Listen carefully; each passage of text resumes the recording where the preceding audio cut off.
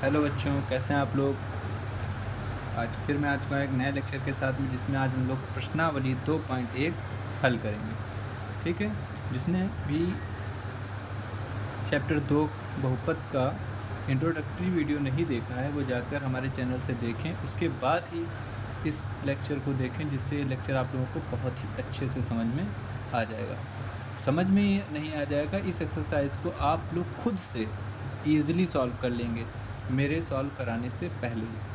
ठीक है बच्चों, तो प्लीज़ पिछला लेक्चर ज़रूर देखें, जिससे आप लोगों को चीज़ें समझ में आएँ और एक मोटिवेशन मिले, और साथ साथ इस एक्सरसाइज को आप लोग फिर ईज़िली सॉल्व कर लें। तो चलिए स्टार्ट करते हैं। और जिन बच्चों ने इंट्रोडक्टरी लेक्चर देखा हुआ है वो लोग वीडियो को पॉज करें और अपने आप से पहले प्रश्न को हल करें। ठीक है, चलिए शुरू करते हैं। पहला क्वेश्चन हमारा, निम्नलिखित व्यंजकों में कौन कौन एक चर में बहुपद है। एक चर में बहुपद, जैसा कि इंट्रोडक्टरी लेक्चर में हमने बताया था कि एक चर में बहुपद कौन सा होता है, जिसमें सिर्फ एक ही चर हो। ठीक है, जिसमें सिर्फ एक ही चर हो, जैसे कि या तो x हो या y हो या z हो। ये नहीं कि x भी है और y भी और z। तो पहला हमारा देखते हैं, पहला है 4x² - 3x + 7। ठीक है, तो देखो इसमें हर पद में x ही है। जितने भी पदों में अगर चर पद है भी तो x ही है। इसका मतलब ये एक चर में बहुपद है। तो हमने तो पहचान लिया कि पहला एक चर में बहुपद है, साथ में उसके कारण भी बताना है। तो कारण हम लोग क्या लिखेंगे कि इसमें केवल एक ही चर x है, जिस कारण यह एक चर में बहुपद है। ये तो हमारा एक चर में बहुपद हो गया। ठीक है, दूसरा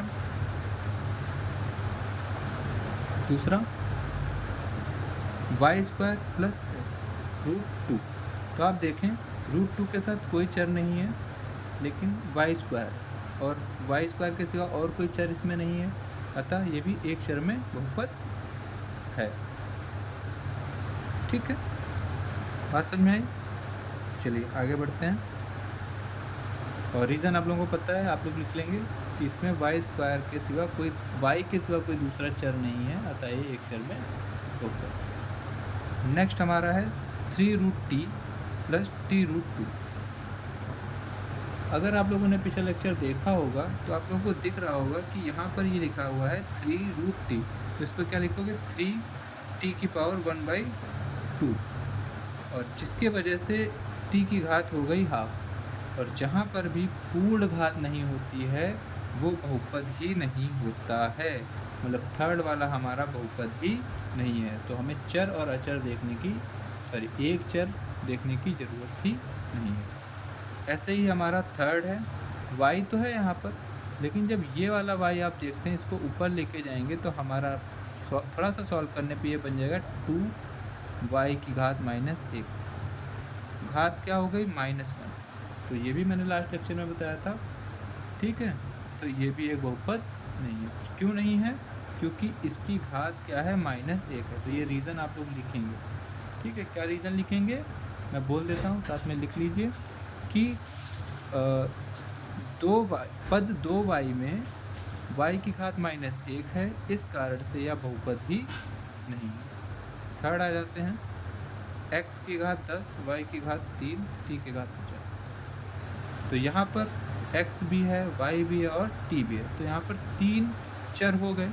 लेकिन हमारा क्वेश्चन क्या था, एक चर वाला, तो इसमें तो 3 चर हैं, जिस कारण से ये भी एक चर में बहुपद नहीं। तो रीज़न क्या लिखेंगे आप लोग कि इस प्रश्न में x भी है, y भी और t भी है, इसमें 3 चर हैं, जिस कारण यह एक चर में बहुपद नहीं। पहला क्वेश्चन समझ में आ गया। अगर नहीं समझ में आता तो वीडियो को दोबारा देख लेना, ईजिली समझ में आ जाए। चलिए आगे बढ़ते हैं। नेक्स्ट क्वेश्चन है हमारा,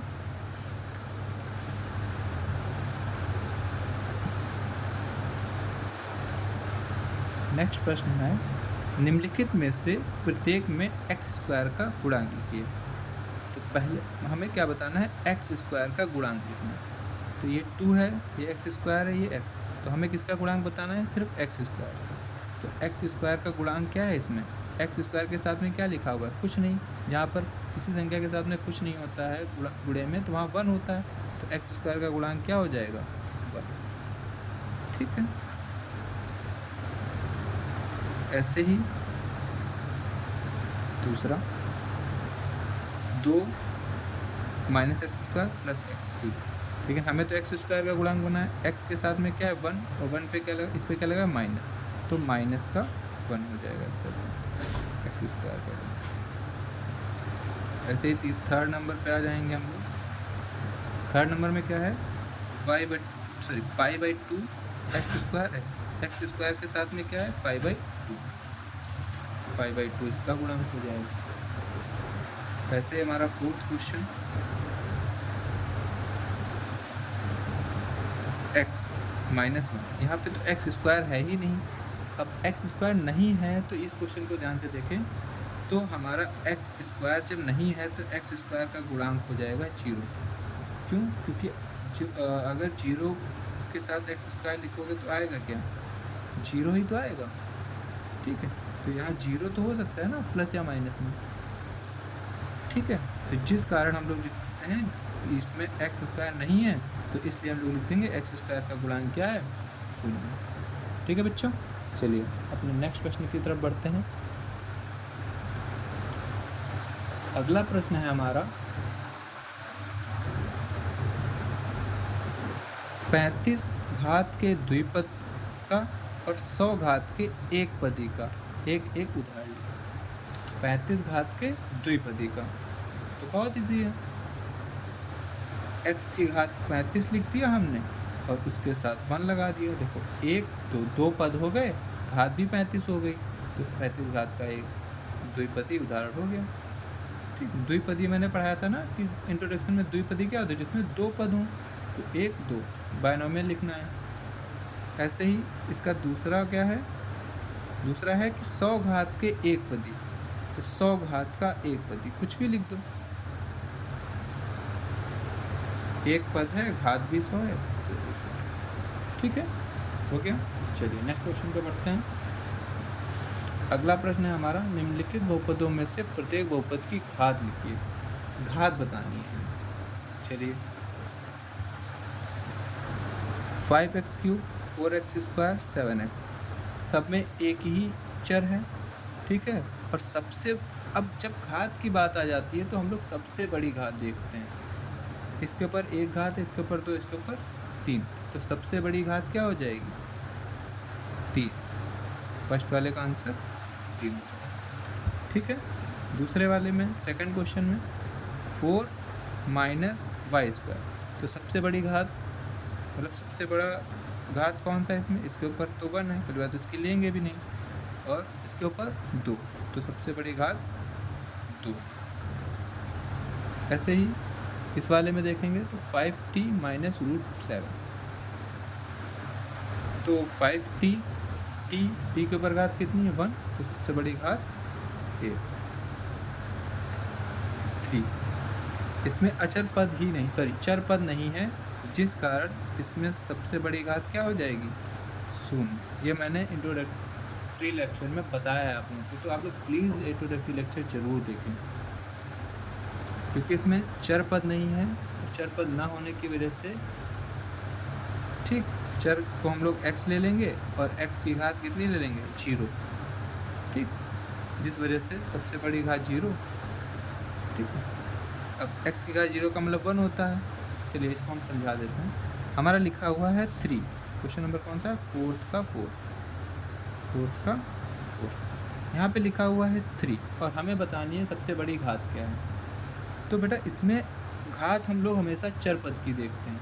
ठीक है, तो इसमें चर पद है नहीं, तो हम क्या लिख सकते हैं, चर हम लोग मान लेंगे x है इसका, और अब इसको ऐसे हम लोगों को सॉल्व करना है कि इसमें ऐसी वैल्यू यहाँ पर रखनी है कि इसको सॉल्व करने पर इस मान पे भी कोई फ़र्क ना पड़े। तो हम लोग x की घात 0 ले लेंगे। क्यों, क्योंकि हमें पता है कि किसी भी संख्या की घात अगर 0 होती है तो 1 होता है। तो यहाँ पर देखो x की घात 0 लेने से कोई फ़र्क पड़ रहा है इस वैल्यू पे, नहीं पढ़ रहा है, तो x की घात सबसे बड़ी घात क्या आ गई, सबसे बड़ी घात आ गई 0। और जब इसको आप सॉल्व करोगे तो 3 x की घात 0 का मतलब 1, मतलब फिर से हमारा आंसर 1 आ जाएगा। ठीक, तो देखो इसके मान पे भी कोई फ़र्क नहीं पड़ा और x की घात 0 भी हमको मिल गई। ठीक, तो इस तरीके से करते हैं। ठीक है, चलिए नेक्स्ट क्वेश्चन की तरफ बढ़ते हैं। अब इसमें बताना है, बताइए कि निम्नलिखित बहुपदों में से कौन कौन बहुपद रैखिक हैं, कौन कौन द्विघात हैं और कौन कौन त्रिघात। तो ये भी इंट्रोडक्टरी लेक्चर में आप लोग पढ़ चुके हैं, तो चलिए जल्दी से पहचान लेते हैं कौन कौन से। x की घात 1, x की घात 2। रैखिक बहुपद कौन सा होता है, जिसकी सबसे बड़ी घात क्या हो, 1 हो, लेकिन इसमें सबसे बड़ी घात क्या है, 2 है। तो ये कैसा बहुपद हो जाएगा हमारा,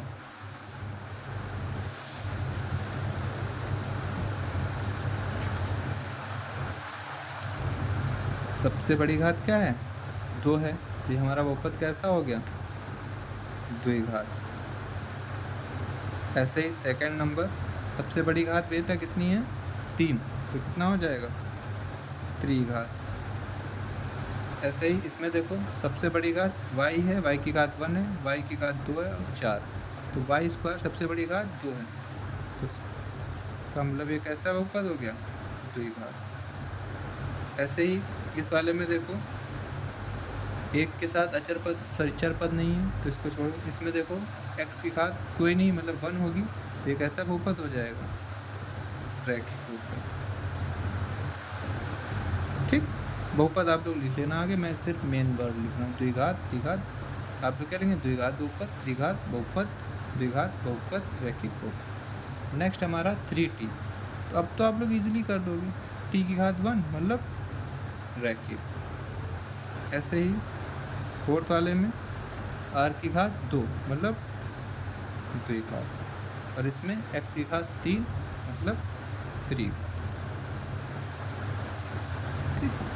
कभी भी अचर पद की घात आप लोग मत देखना, ठीक है, अचर पद की घात मत देखना। रीज़न इसका मैं आप लोगों को बता देता हूँ कि मान लो लिखा हुआ है 2 की घात 4, अब आप लोगों ने कह दिया सबसे बड़ी घात तो 4 है, लेकिन अब इस 2 की घात जरा 4 को सॉल्व करो तो कितना आ जाएगा, 16। अब 16 की घात कितनी, तो इस वजह से कभी भी अचर पद की घात नहीं देखी जाती, हमेशा चर पद की घात देखी जाती। ठीक है, आप लोग 2 की घात 4 से 4 आंसर लिख के आओगे, लेकिन जब इसको सॉल्व करोगे तो फिर तो वो घात 1 बन जाएगी, तो इस वजह से कभी अचर पद की घात नहीं देखी जाती, हमेशा चर पद की घात। तो इसी के साथ हमारी एक्सरसाइज होती है खत्म। वीडियो पसंद आए तो लाइक करें, सब्सक्राइब करें और अपने दोस्तों से ज़रूर शेयर करें, और कोई सजेशन हो तो प्लीज़ कमेंट सेक्शन में ज़रूर बताएं। और इसके साथ में वीडियो अगर पसंद आए तो उसके लिए भी कमेंट करें, इससे हमें मोटिवेशन मिले और हम ऐसे ही आगे वीडियो और डालते रहें। थैंक यू बच्चों, बहुत बहुत शुक्रिया आप लोगों का। मिलते हैं नेक्स्ट लेक्चर में।